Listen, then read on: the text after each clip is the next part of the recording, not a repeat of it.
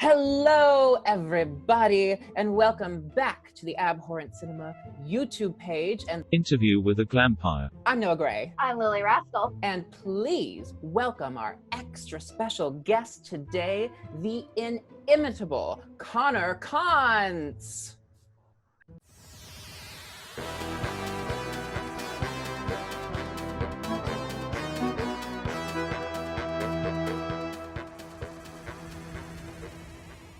Thank you so much for being here, darling. We're so happy to have you. I'm happy to be had. So what character are you wearing today with us? Well, my name is Lady Longfingers. I am I used to be an avid part of the witch community before I was exiled online through hate. So I struggle with it on the daily, but don't we all? Relatable content. You really remind me of the characters from, was it Stragonona, or like the old characters from those tell-all books? I can definitely see like the witches with Angelica Houston happening under this Bellatrix Lestrange wig. Yes. I mean, this is my favorite kind of wig to just put on, where you just like put a bunch of the clippy clips or whatever. You just stick them up there and it's styled, right? And you don't have to worry about it being a mess because it's supposed to be a mess. Done. Gig. Zhuzh. Mix Konz. May I call you Mix Konz? Absolutely. I love that, right? Checks Mix Konz. Ah, wonderful. So you are a creature of many different talents. What do you call yourself? Because I think of you, if I may editorialize for a moment, as like the tradition of Lee Bowery, the club kids who defy definition. Sometimes it's drag, sometimes it's not, sometimes it's a complete creature. But what do you call yourself? Tell us about your gig, darling. Yeah, I thank you. Also, like anytime anyone uses me and Lee Bowery in the same sentence, I'm like, okay, great. Well, let's go down that path. Yeah. So I mean, I call what I do drag, but it's certainly not like. I feel like that is a definition that a lot of people, especially a lot of people who don't practice drag, kind of struggle with, right? Because it is not what we typically see like as stereotypical drag, and I do a lot of cosplay, and I just kind of like to be over the top. So if you need to think of me as like a comedian who sometimes dresses up as a woman and sometimes dresses up as a slug, that's fine. If that falls under drag queen to you, that's fine. Like I consider myself just an entertainer and don't really kind of care about what label you put it on. And that's a great way of putting it, entertainer. You are such an entertainer on stage and on camera, which you've gone into a lot during quarantine. Yeah, I mean, well, it's like if we want to keep working, which like, I don't know if we want to, but like we kind of have to, that's kind of the only way to do it. And it kind of, can I swear? Please. Oh yeah, of course. Yeah, it kind of fucking sucks. We're not monetized yet, so. Great, wonderful, neither am I. We can just live in that squalor of the internet together. Wonderful. So you have, I mean, you've always been incredible at fabricating characters, but especially in 2020, you have really, really taken off and just throwing together these hodgepodge arts and crafts, movie FX, just full ass looks. So I'd like to talk about, when did you start doing that? So I've like always been making and I was gonna say craking, but I don't know what that is. Making and craking. I've been making and craking, and yeah, whatever it is, I've probably been doing it. I mean, like I've always like been a one of the costume kids who was like always showing out at Halloween and always like trying to throw a themed anything for my birthday party. Like that's always kind of who I have been, and like I was an actor as a kid, and really one of like the formative experiences of my life. In 4th grade, I was on a PBS children's television show with Olympic gymnast Mary Lou Retton. Oh! So she had one season of this like Barney knockoff called Mary Lou Retton's Flip Flop Shop.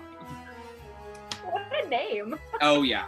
So like she did gymnastics, she taught you about your feelings, and if you bought the VHSs, she taught you about Jesus. Yeah. So that like I feel like kind of like seeded itself into my head at an early age of like living in some kind of like other like world that was like very fantastic, but it was also like very real, and it wasn't like, it didn't feel like escapism necessarily, because it was like actually my life. And then like I went to acting school, thought that was going to be it, but it was always like, you're really good at this, but you're just, you know, you're just too gay. And Acting school? you know, to be anybody, to be any of like the people that they actually wanted you to be, right? Like, it's all gays, but like you have to pretend to not be gay. Story of my life, especially if you try to do anything in the Midwest. I mean, personally, the response is always, whether it's modeling, whether it's commercial work, it's like, well, you might be really successful in this other market, but we just don't know what we can do with you. Right. And you're like, it's a very clear like acknowledgement of like, wow, you're talented at these things, but unfortunately it doesn't like fit the thing that we're looking for. So then I feel it's just like kind of years and years and years of that kind of turned into this, where I was like, cool, well, how about I'll be the thing that I'm looking for? And it turns out other people are looking for it too, right? And, or they maybe, that's not fair. They're not looking for it, but when they see it, they enjoy it. Yeah. It's, when you see something you didn't know you needed, but it gives you permission to be yourself. Yeah. Was there a character that you did when you were younger in any play that kind of was like, oh, I like this character, and maybe play with it now? So it's really interesting that you asked that, because like, I wouldn't have thought this, but in 7th grade, I played this old diva woman in drag, which like, I don't know how anybody was okay with that. I don't know how my mother was okay with that. In Texas. And it was like, play was like some sort of like, you know, spoof on old movies or whatever, like middle school theater, but my name was Appassionata Abalone. And I've mostly forgotten about her until right now. But you know, like, had the very like, what's her name from Sunset Boulevard with the turban and the jewel. I'm ready for my close-up. Yes. Yeah. And so I remember just like, there was like always kind of an element of like, I was always really good at like costume acting, right? Yeah. Like, I put this on and then I can find the person that I'm being. So yeah, that's probably that. And I was also Wilbur in Charlotte's Web, and I had like a full-on pink leather bodysuit. I was also in Charlotte's Web, and I played the storytelling owl in the tree. I remember one of my most embarrassing moments. I had to do like a quick change, and I accidentally put the costume on backwards. And so my cute little curly pigtail was like right in the front. And I walked out on stage and I was like, oh, my genitals! Corkscrew penis. So just to set the record straight, we all grew up as theater kids, right? Yeah. Yes. Okay, amazing. So you definitely have that acting background and that child lusting for the stage that I think so many queer people and performers can share. Let's talk about your cosplay, because that's such a huge part of your bit. For those of you who aren't aware of me or Connor and I met a couple years ago performing in a cosplay nightlife series that no longer exists, but Connor is now involved with a new sort of iteration, a new group that evolved out of that. I know that you love Buffy the Vampire Slayer. Mm-hmm. I know that you love old movies like Mars Attacks, but like, tell me, do you have an early memory or an early, this is the first show or movie that kind of got you into the different fandoms? I mean, probably like Wizard of Oz. I just remember like being very into it as a kid. My dad made me this kick-ass Tin Man costume out of poster board and spray paint. Oh, I love. I remember like showing up to the party and like there were a couple other Tin Mans there, but I remember just being like, "But do you look like this? Like, I'm cool, but like, do you look like this?" So that was like very much like probably my first like cosplay. Other than like my dad also, I really owe a lot of it to my dad. He also made me this costume as a tube of toothpaste. When I was like in preschool, I was like obsessed with, do you remember those old Aquafresh toothpaste tubes? They were freestanding. Mm-hmm. Like, yeah, that was like everything to me. And I was like, Dad, I need to be this tube of toothpaste. And he was like, done. Let's figure it out. I got you. Yeah. So like, I remember like having that early association of like, cool, you like something? What if you were that? And I was like, oh, great. So I think that's kind of like where cosplay started. And then when I like moved to Chicago, like through this cosplay group that Noah was talking about, kind of found like another performance venue where I was like, oh, I'm not like really like getting the kind of gigs that I want. And now I can kind of like explore these other things that I'm good at, and also kind of like things that I had been wanting to explore, specifically like drag and things that were like gayer and queerer, that like it didn't feel like people wanted on a stage, or I didn't really know that you could put it on a stage. How are the virtual shows happening with this? I mean, they're happening, and they are the best that we can get right now. Like, I think that all of us kind of, I have not met an artist who's like, wow, I really love performing for an empty room and a computer over an audience, you know? So like, I don't foresee it being a thing we do forever, but it's certainly something that like, it kind of scratches the itch. Right. Like, I'm still a little itchy, but like, Aren't we all, darling? yeah, I know. And I'm like, ointments, I keep trying to like get a new back scratcher. So yeah, we're doing monthly shows. It's just like, to be honest, like it's 10 times more work. And like, we already chose something that was like a lot of work to begin with. Mm-hmm. And now it's like, wait, I have to do all this too? And so luckily I have a lot of time, but like, yeah, it's a nightmare. Well, especially when you're mixing drag and burlesque and other things, because burlesque itself can't be on a lot of drag platforms. Right. Well, and the thing that like I am really, really bummed about is like, we just got like the show goes up and then it kind of gets copyright flagged like within 2 or 3 hours. Mm-hmm. So like, unless we like put it behind a paywall, which, you know, we can, like, it kind of feels like you have to watch it then, or else you're kind of getting like a crumbled up cookie. Yeah, but I remember back when I was involved in that kind of cosplay, nerdlesque, crossplay, I think is what drag cosplayers like to call it. Seeing it's just like the amount of effort that gets put into every show. Because if you've never seen a nerdlesque or a drag cosplay show, it is either like free-for-all comic convention or there's a theme.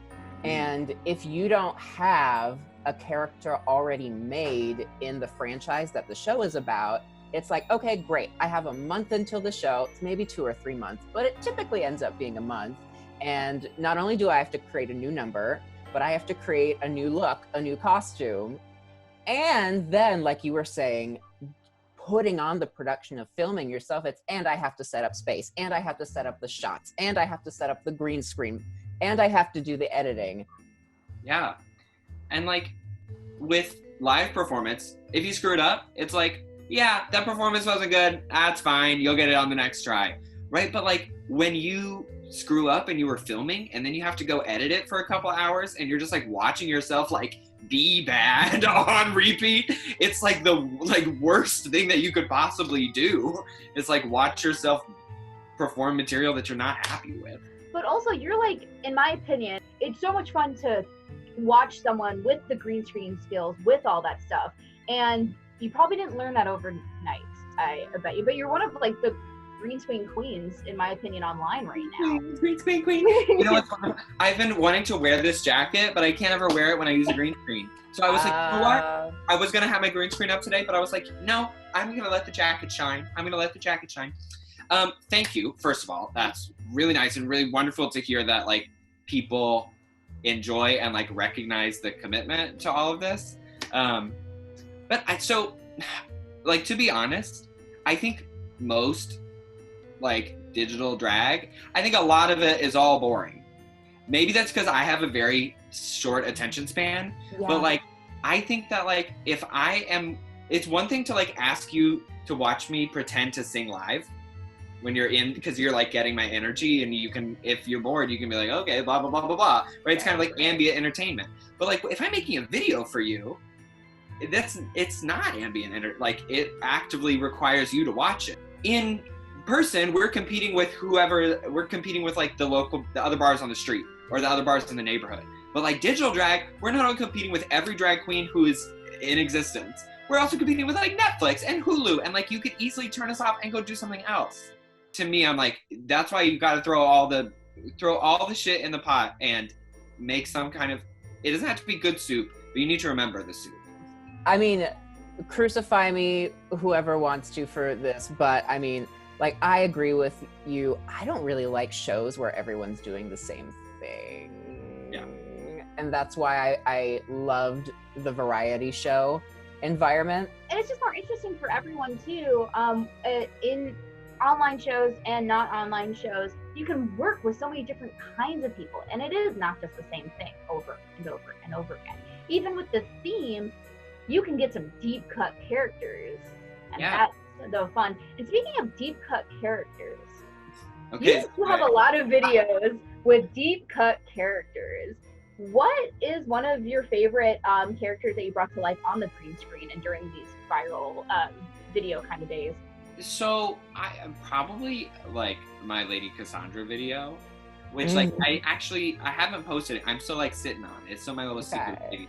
But I did send you a photo of that, and that's one of my favorite deep cut characters ever.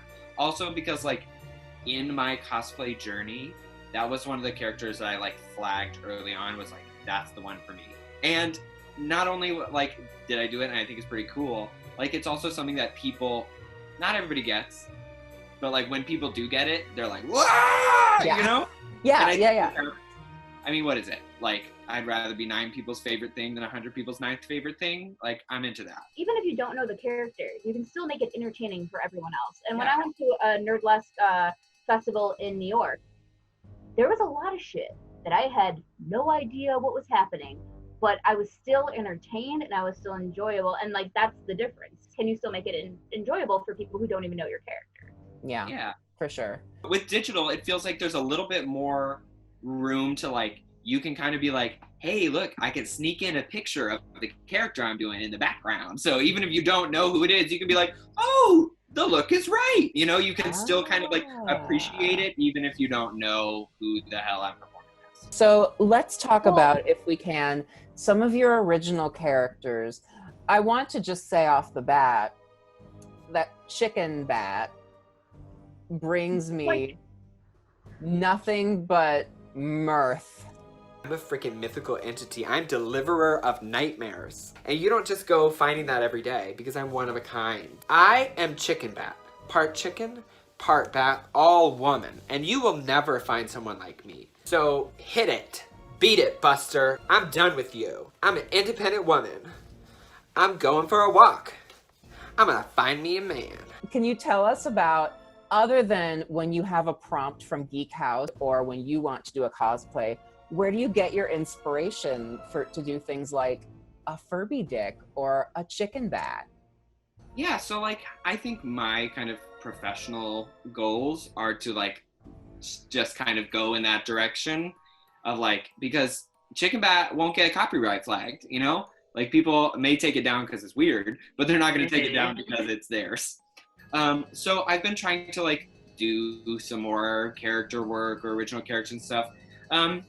And a lot of it, like, I mean, they kind of just like come from different places. Sometimes, like we were talking earlier, you put something on and you're like, oh, I know who this person is. I know this person. And then it kind of comes from that. Or like Chicken Bat, I was drawing, and honestly, I took an edible and I was just like drawing, and I was trying to draw merch ideas. And then this like Chicken Bat creature kept coming up, and I was like, this is it. This is my symbol. And I was like, well, you can give me your symbol. You don't, this isn't anything. This is a chicken and a bat with like, I was like, what on earth? And I was like, well, then I guess if I want it to be my symbol, then I guess I have to make a video. So then I kind of told myself, I was like, okay, I'm gonna do this. And it exists, and it's glorious. A lot of the times, like, I will just like turn the camera on and just see if there's anything there, right? And just kind of like jibber jabber. And if I'm making myself laugh, that's usually a good sign. Or, you know, I've got roommates, and if they can usually hear me screaming at the camera, then that's also a good sign. I love that. It sounds like you are very much a visual creator that visuals, materials, costume pieces speak to you a lot. Yes, very much so. And like, I think that's why I always struggled like in college when we were working on a production and there was like a costume designer and we would be working, and then like the week before the show goes up, you get your costume. Yeah. And I was like, this isn't it. This is someone else. This is Yeah. someone else. I remember like experiencing that tension so often where I was like, I need to know what they wear. And I don't know where that comes from, but I think it's just like the way my brain's wired. It's like, I like the visuals and I kind of like work from the outside in, or I'm like, cool, if that character has a cool shape. Like sometimes I'm not even attached to the character, but I'm like, I like their colors, I like their shape, I'm gonna do that one. Like how you see characters and stuff like that.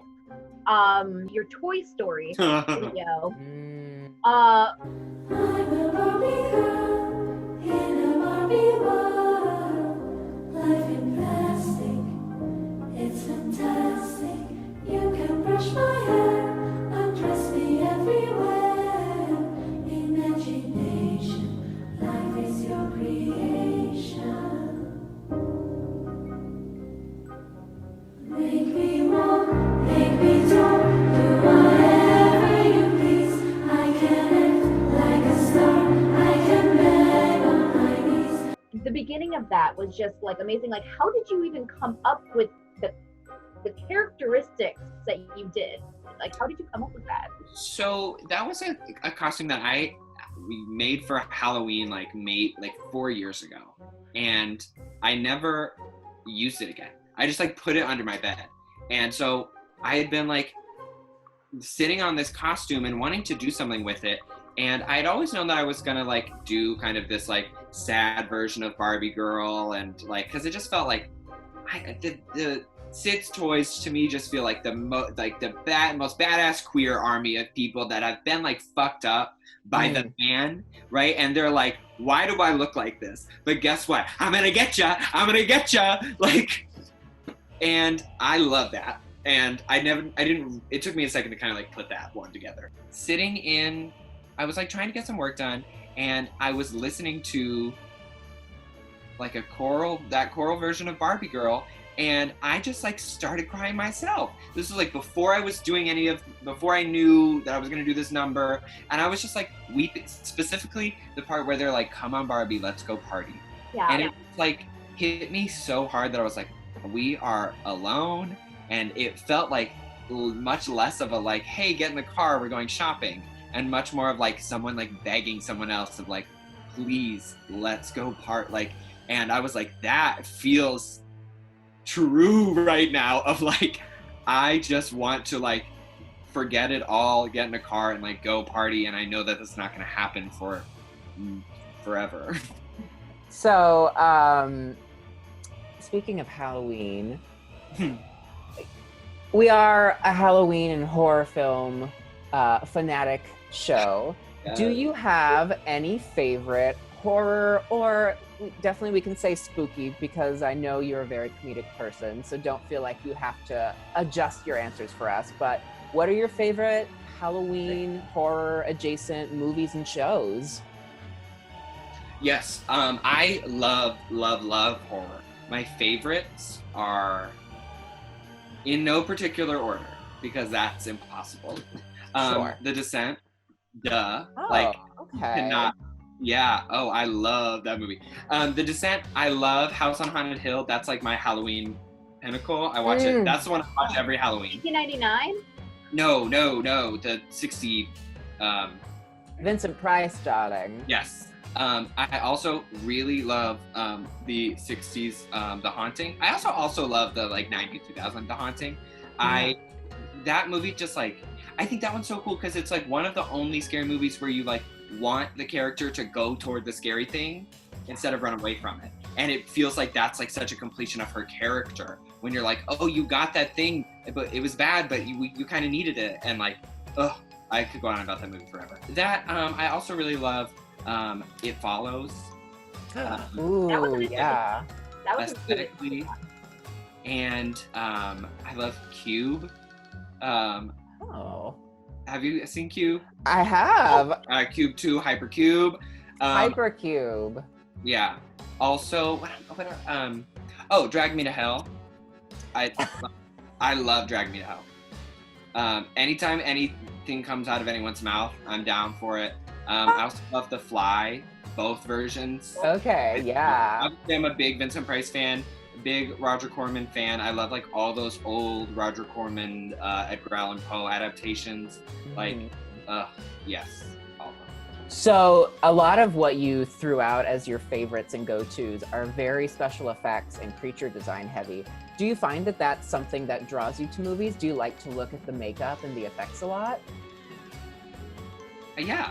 Like, I wish I was the kind of person who was like, my favorite special effects artist is this person, and I love this person, I love the work of this person, and like, I think in most aspects of my life, like a really like wide net kind of person.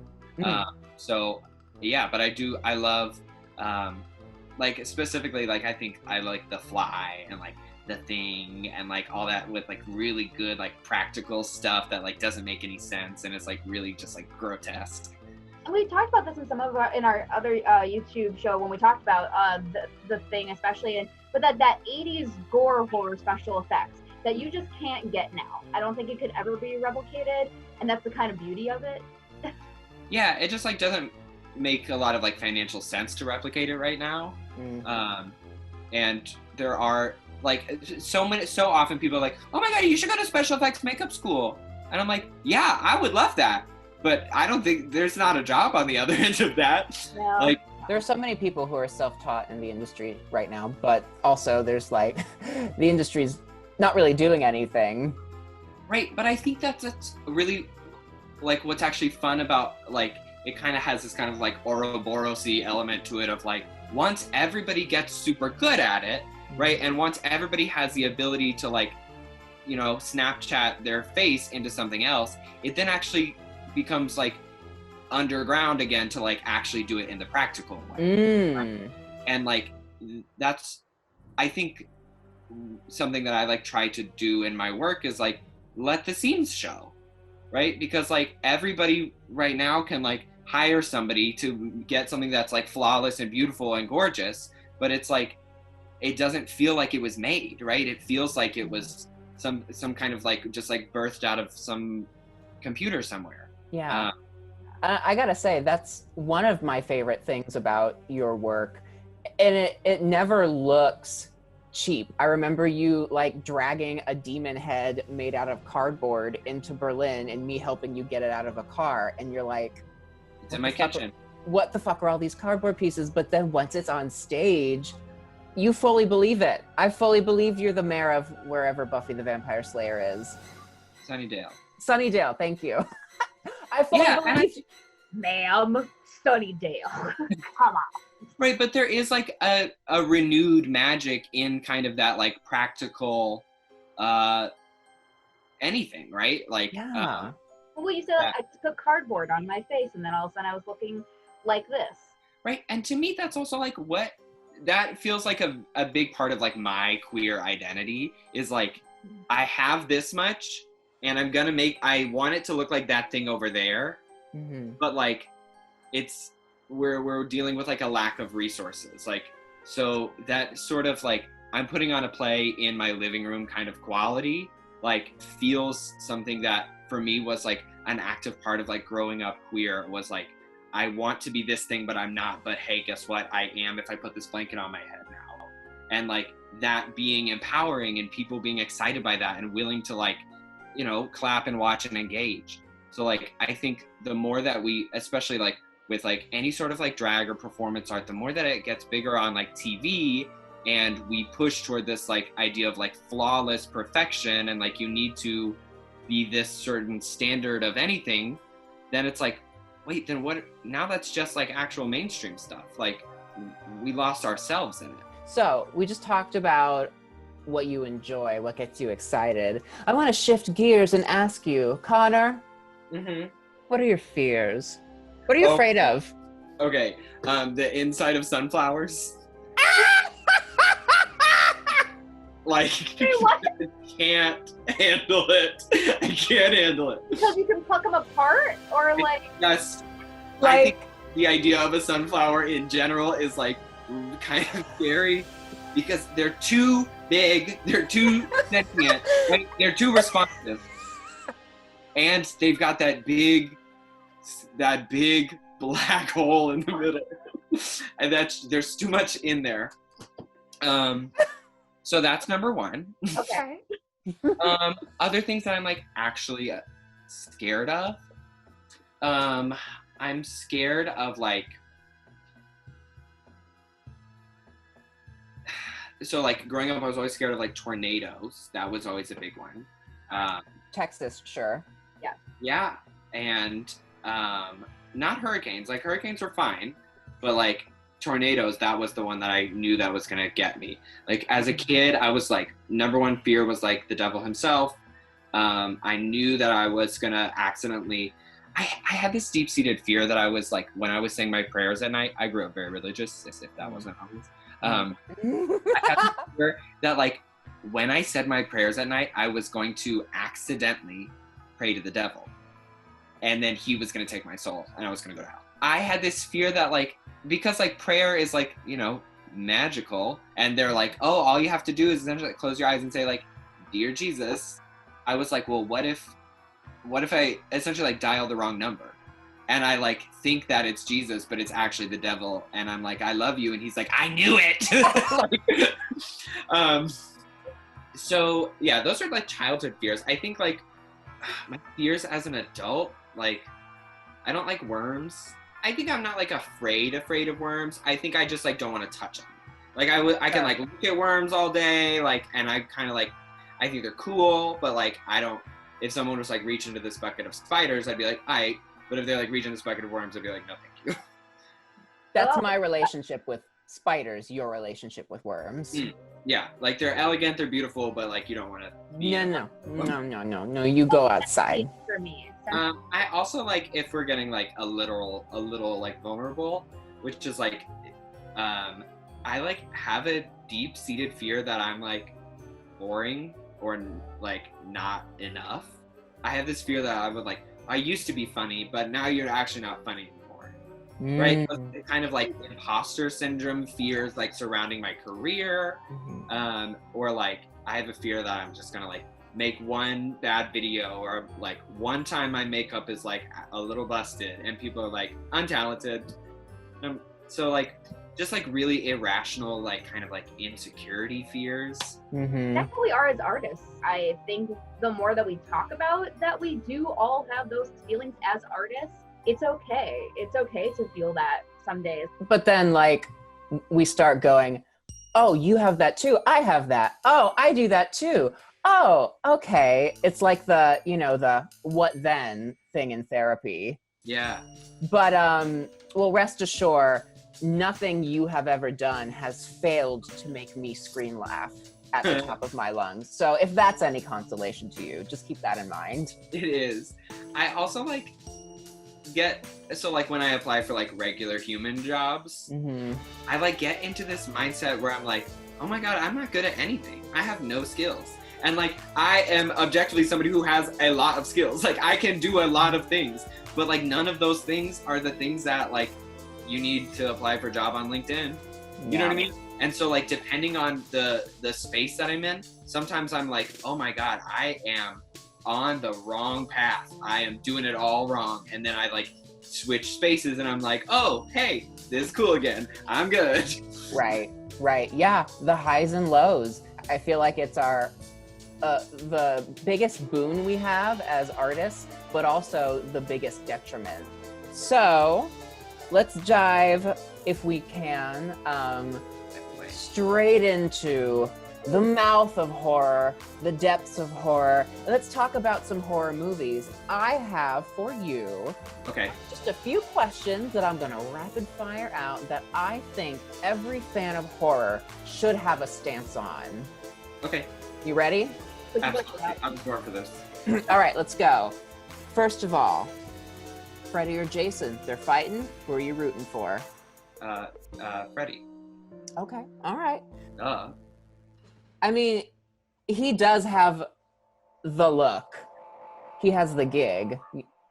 Yeah, but also like he has supernatural powers that can take you to crazy dream town. Like he can True. turn your bed into like a suction vortex, and the stairs, when the stairs get squishy, like it's yeah, Bitch. like can't, Over. yeah. Mm-mm. He Over. is the doorknob. You cannot get out. I'm like, Yes. do people actually choose Jason? Like, what is cool about Jason? We did have someone choose Jason. What I don't get it. Why do people like Jason? Well, it had a lot to do. It was a personal connection, we'll Okay. say. But you'll find out if you watch our Oh, interview I will series. definitely be watching. I will. All right, fabulous. Next question. Vampires or werewolves? Vampires, duh. Fair enough. Nosferatu. That's Yeah. Vlad the Impaler. Yeah, but if you haven't seen, wait, you weren't at that show. Connor's Nosferatu is Yeah. Chef's Kiss. All right. Do you want to see at the end of the film, your dream film, the film of all films? Is there a final girl or are there no survivors? Oh, Final Girl. Where? Yeah, definitely. Yeah, she's Okay. an icon. That's yeah. Iconic. Love it. Tons of gore or off-screen kills? Which do you prefer? Oh, okay. This is really hard. I will probably say tons of gore, although my favorite kill is in Texas Chainsaw, when she's like, he's got the chainsaw and he's about to like get her, and then they cut to that windmill, right? And it's like, you know that she's dead, but it's like the most artful fucking cut in the world, and it just like gets you. So I do think that like off-screen kills are quite often like better, but like I want to see it and I want to be covered.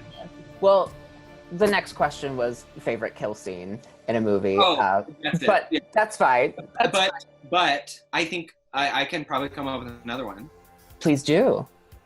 I think it's a kill scene, at least, when in the original Suspiria, when the blind guy is walking with the dog through like the piazza, and like you know that there's like a witch somewhere flying around, but like you can't see her, you can hear her, and like you know that like he's in this like big flat empty space, so he like doesn't have any sort of like sensory information, and it just like feels like he is in such a state of like lack, but he knows that there's danger. That's like, yeah, that one.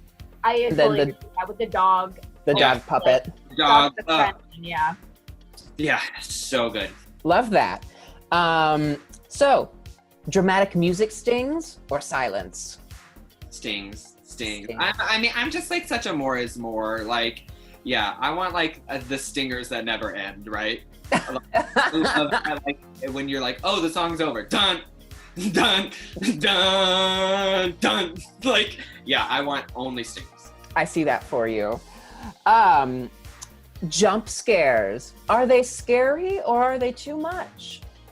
I mean, it depends on how they're done, right? Like, if the worst, I feel like the worst example of jump scares, have you seen The Nun? Of course. Yeah. Okay, they like keep doing these like jump scare scenes to like irrelevant like spooky images. Like if someone's like walking down a hallway and someone jumps out and it's scary, that's totally fine. But she's like walking down a hallway and then she has like a scary flashback to a set of bloody stairs. Like, that to me, I'm just like, that you're not doing anything. But like if you can like play with the rhythm, especially when it's like, I know that there's gonna be a jump scare, and if you can still get me to jump, like that's art. That's art.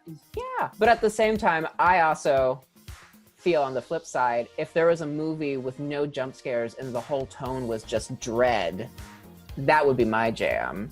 But Yeah, I also see that for you. yeah, I see you totally just like soaking in all of that dread. yeah, thank you. All right, and finally, I think I already know the answer to this one, but I'm gonna ask it anyway. Who's your favorite Dracula? I mean, probably Christopher Lee. But you know That's what who I was else gonna guess. would? I mean, he's like such a classic. But what's I think that the other guy is I'm gonna have to look him up. Who's the guy from like it's like the 70s or 80s Dracula? I think he's a really good Dracula. Because he's like, he I think does a good job of like being charming and not like overselling it, which like Dracula. Okay, real question. Did you see that Stephen Moffat Dracula On Netflix? series? Yes. What is his name? What's the Dracula movie from? Is it the 70s or the 80s? Yeah, sorry, Frank Langella. Okay. That one. Yes. From 79, I think he is really good. And it has that scene where most of them do, right? Where Dracula's like crawling down the brick wall. Right. Full spider. I think he does a really good job of like not camping it up too much, which like is something that I like in a lot of movies, but I found it very refreshing that he was like able to sell me on the like, especially like I never drink wine. I was like, oh, that's talent. That's real talent. You're able to take like gothic like pulp nonsense and like really make me believe it.